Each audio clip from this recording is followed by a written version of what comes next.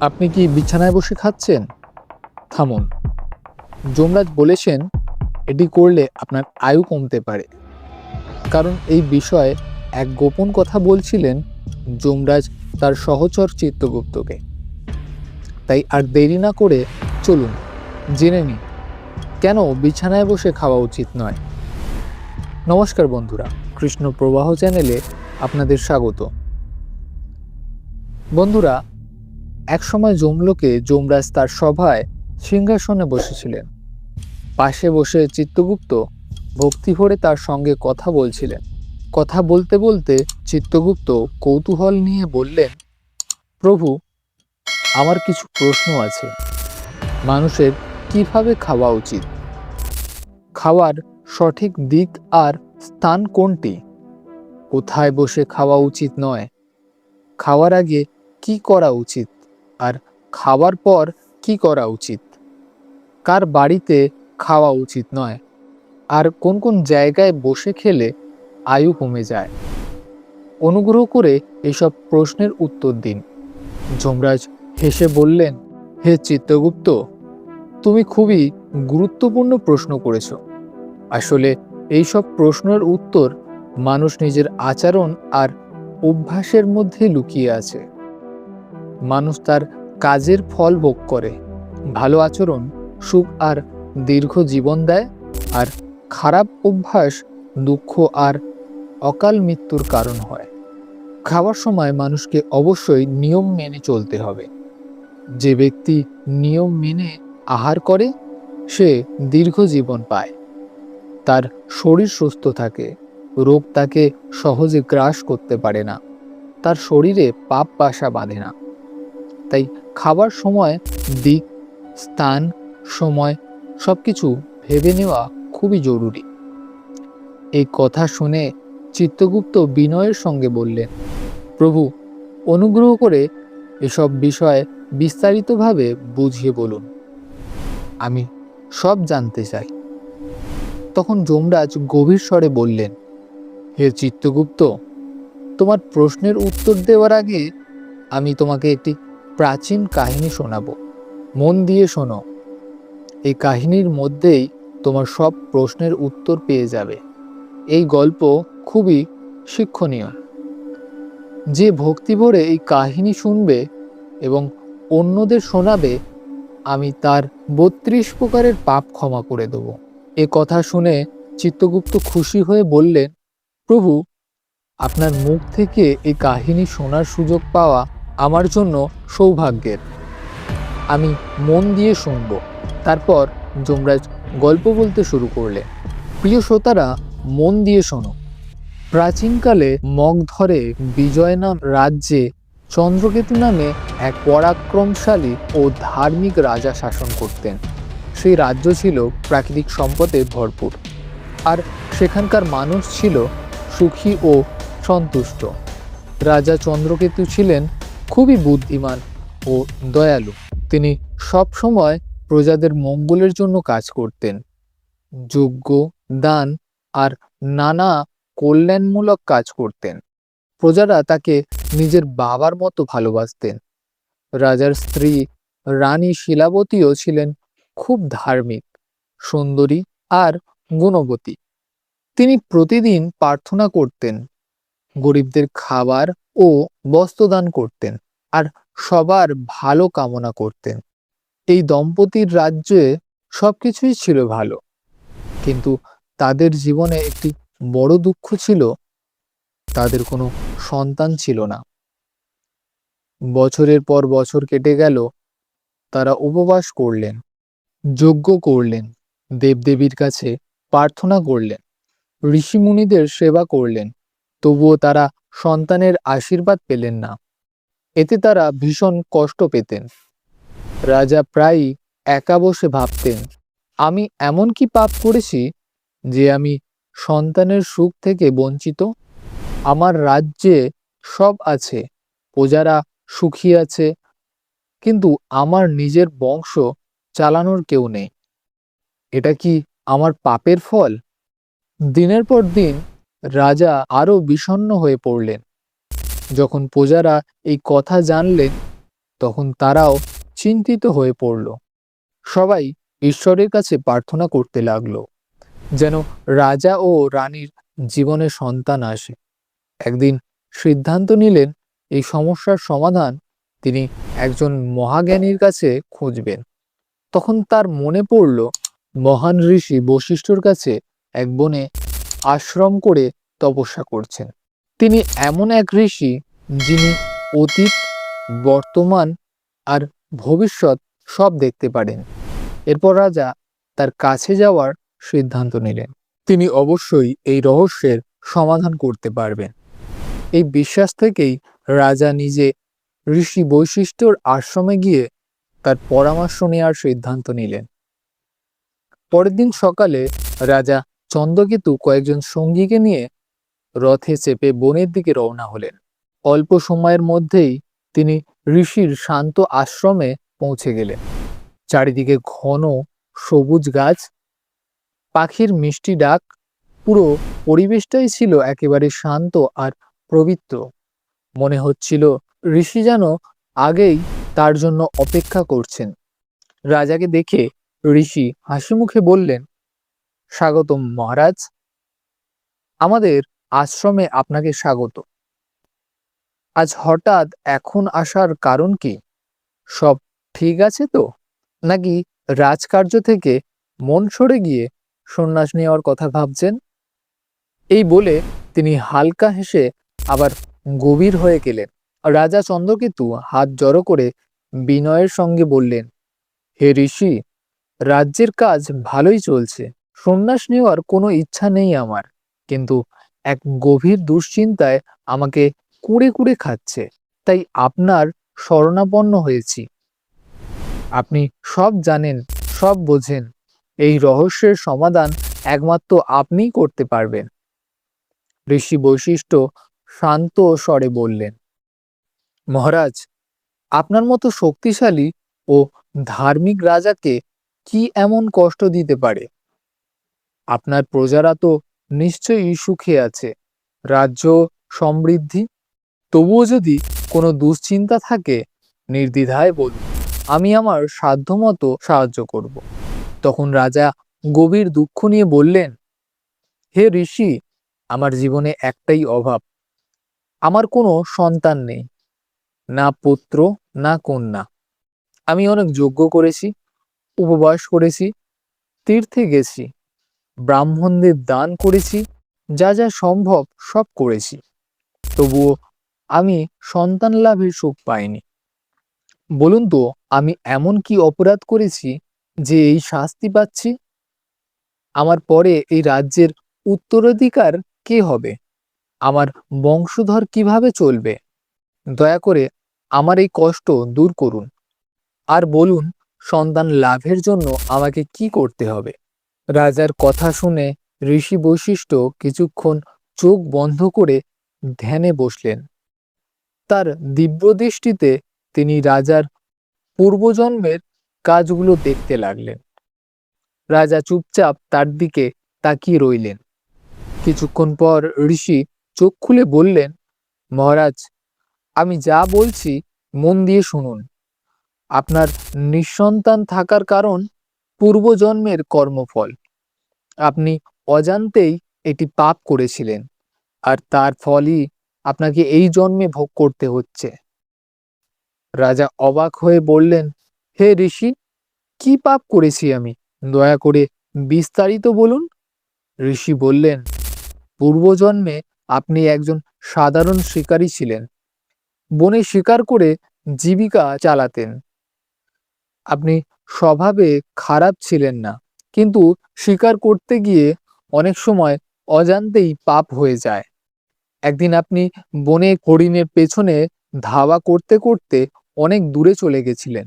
সেখানে একটি সবুজ জায়গায় একটি গরু তার বাছুরকে দুধ খাওয়াচ্ছিল, কিন্তু আপনি তা দেখতে পাননি। আপনি ভেবেছিলেন ঝোপের আড়ালে একটি হরিণ আছে, তাই লক্ষ্য করে একটি তীর ছুঁড়লেন, কিন্তু তীরটি গিয়ে ওই গরুর গায়ে লাগে।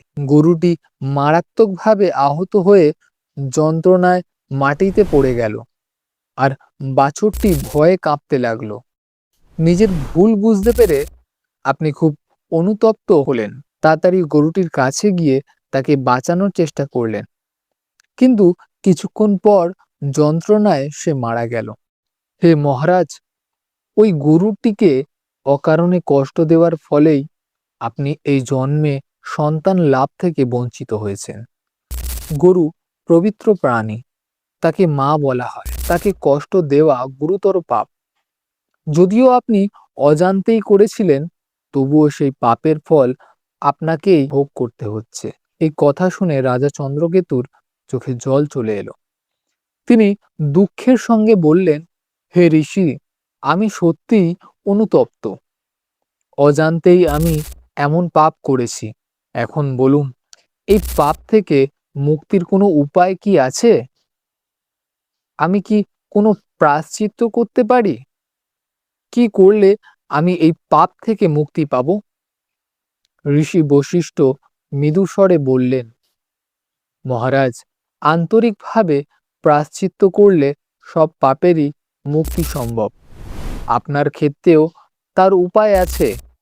গো হত্যা বা গরুকে কষ্ট দেওয়ার পাপের প্রায়শ্চিত্ত হিসাবে তোমাকেই ভক্তি ভরে গরুর সেবা করতে হবে।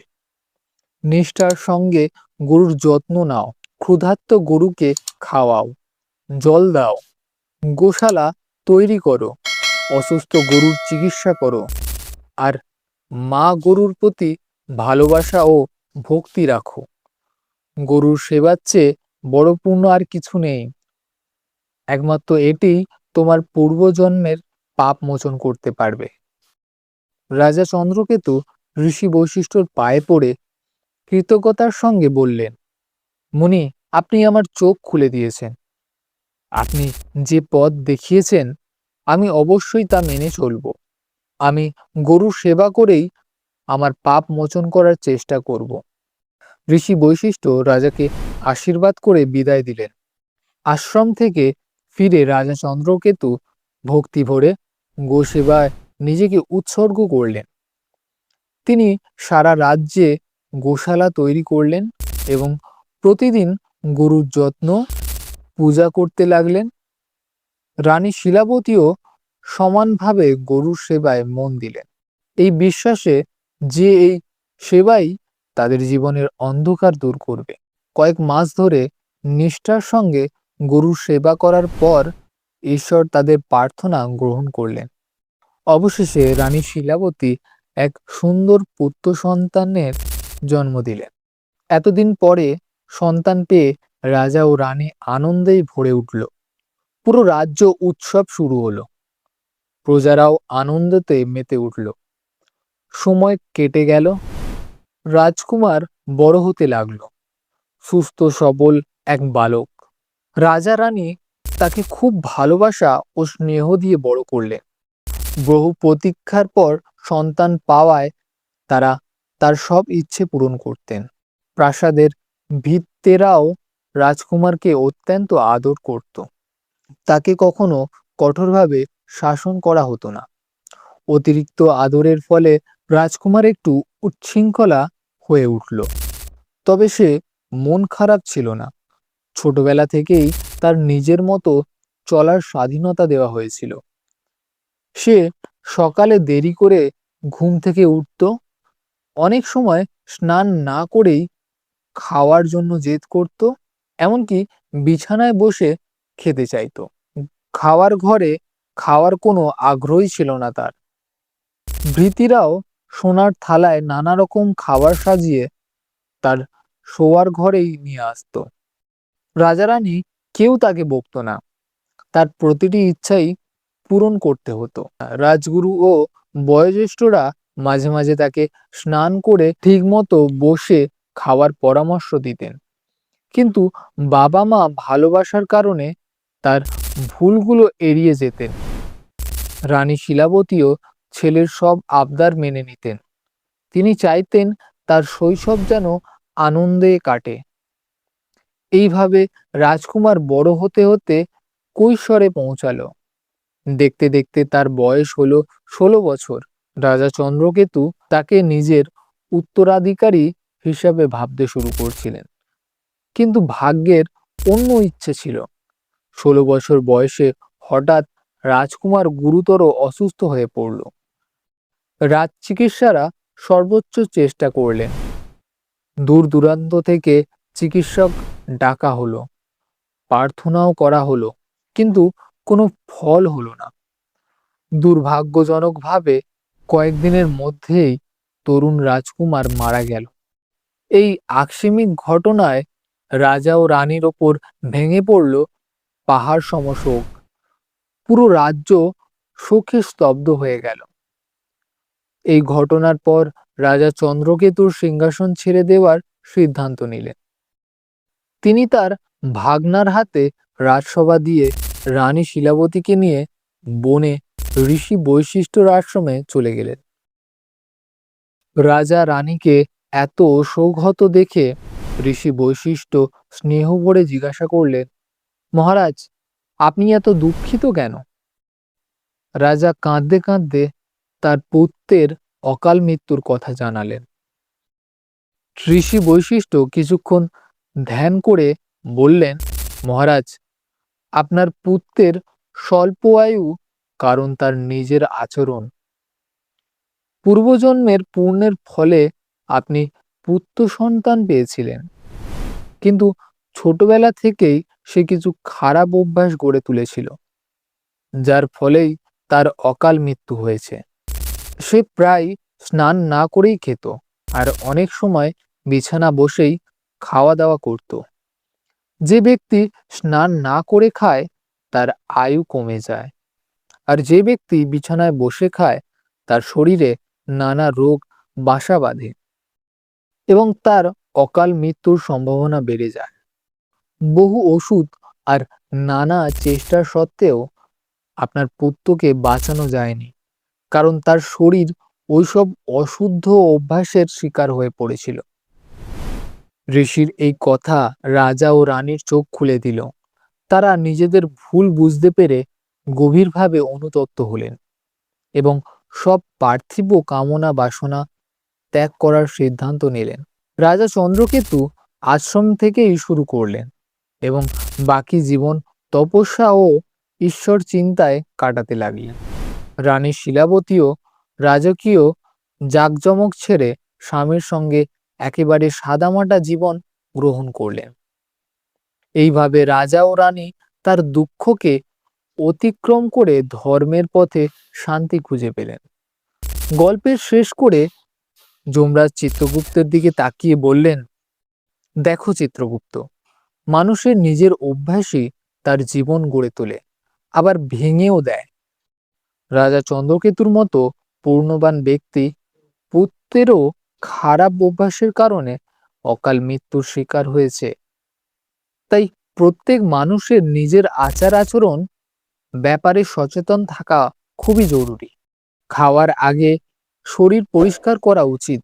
জল দিয়ে নিজের পঞ্চং, 2 হাত, 2 পা আর মুখ ভালো করে ধুয়ে নেওয়া দরকার। সম্ভব হলে খাওয়ার আগে স্নান করাই সবচেয়ে ভালো।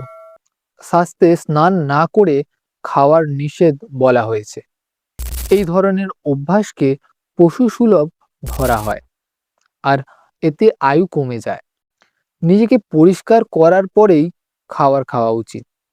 খাওয়ার আগে দেবী অন্নপূর্ণা আর ঈশ্বরের স্মরণ করে ধন্যবাদ জানাতে হবে। তাদের কৃপায় আমরা এই খাদ্য পাই।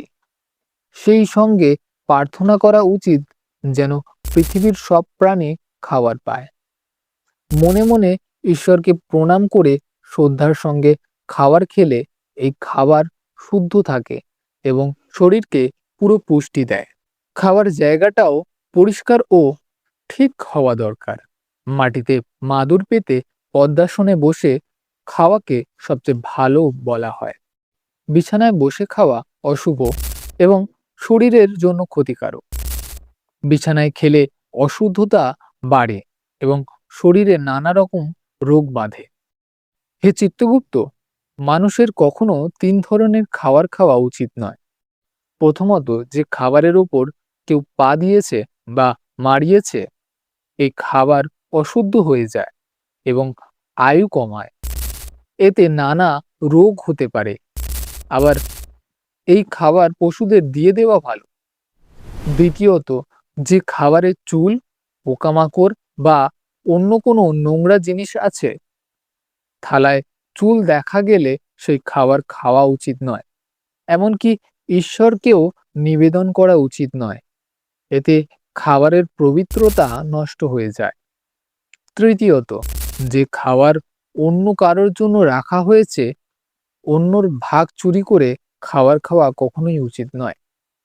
যে এমন করে, দেবী অন্নপূর্ণা তার উপর রুষ্ট হন। এতে পুণ্য নষ্ট হয়। জীবনে দারিদ্র আর কষ্ট আছে, তাই খাবার সবসময় ভাগ করে খাওয়া উচিত এবং যাকে দেওয়ার তাকেই দেওয়া উচিত। আরেকটি কথা, খাবারের প্রতি কখনো অসম্মান করা যাবে না। খাবার নষ্ট করা বা ফেলে দেওয়া ঠিক নয়। জীবন খাদ্য দেবতার কৃপায় টিকে আছে, তাই সবসময় সম্মানের সঙ্গে খাবার গ্রহণ করতে হবে। যে ব্যক্তি এই নিয়মগুলো মেনে চলে, সে সুস্থ, রোগমুক্ত এবং দীর্ঘজীবী হয়। তার জীবনে সুখ ও সমৃদ্ধি থাকে, অকাল মৃত্যুর ভয় থাকে না। মানুষের আচরণ ও চিন্তা ভাবনাই তার ভাগ্য গড়ে তোলে।